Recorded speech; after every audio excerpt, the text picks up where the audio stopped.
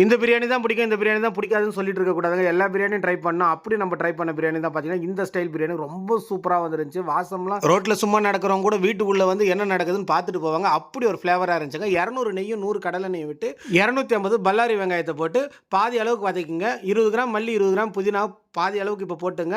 பூண்டு வந்து 150 கிராம் தோல் உரிச்சு அரைச்சதை போட்டு நல்லா சேர்த்து பொன்னிறமாக வதங்க. கமகமன்னு வாசனை வரும். 100 கிராம் தோல் உரிச்சு அரைச்ச இஞ்சியை போட்டுங்க. அதுவும் சேர்ந்து நல்லா கமகமன்னு வாசனை வந்தோடனே 45 கிராம் கல்லுப்பு, 10 கிராம் சக்தி தனி மிளகாத்தூளை போட்டுங்க. அதையும் போட்டு நல்லா கலர் வர வரைக்கும் வதக்குங்க.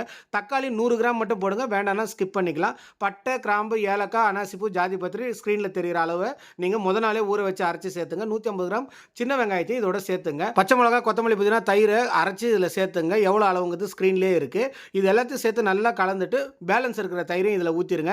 1 கிலோ சிக்கன் எடுத்துருங்க. நீங்கள் மட்டனும் யூஸ் பண்ணி செய்யலாம். மட்டனை வேக வச்சு சேர்த்துங்க. சிக்கனை நம்ம டைரெக்டாகவே சேர்த்துக்கலாம். அதுக்கப்புறம் பார்த்தீங்கன்னா 1 பங்கு அரிசிக்கு 1.5 பங்கு தண்ணி எடுத்துருக்கோம். நம்ம இது சீரக சம்பா அரிசியில் செய்கிறோம்.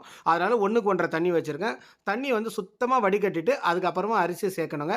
அரிசி சேர்க்கறதுக்கு முன்னாடி நல்ல ஒரு பெரிய சைஸ் எலுமிச்சை பழமும் சேர்த்துங்க. இப்போ அரிசியை சேர்த்து நல்லா கிண்டிட்டு தண்ணி சுண்டுன பின்னாடி உப்பு காரம் செக் பண்ணுங்கள். கரெக்டாக இருக்கும். இதில் நீங்கள் செக் பண்ணுறதுக்கு எதுவுமே இல்லை. ஏன்னா நான் எல்லாமே உங்களுக்கு அளவில் மெஷர்மெண்ட்டில் தான் கொடுத்துருக்கேன். வெயிட் ஸ்கேல் வச்சு பண்ணுங்கள், பக்காவாக வரும். 15 நிமிஷம் தம் போட்டுட்டு ஒரு ஆஃப் பண்ணிவிட்டு ஒரு 10 நிமிஷம் கழிச்சு செக் பண்ணிங்கன்னா அட்டகாசமான பிரியாணி ரெடி ஆகிடும். இதோட லிங்க் கீழே கொடுத்துருக்கேன், செக் பண்ணி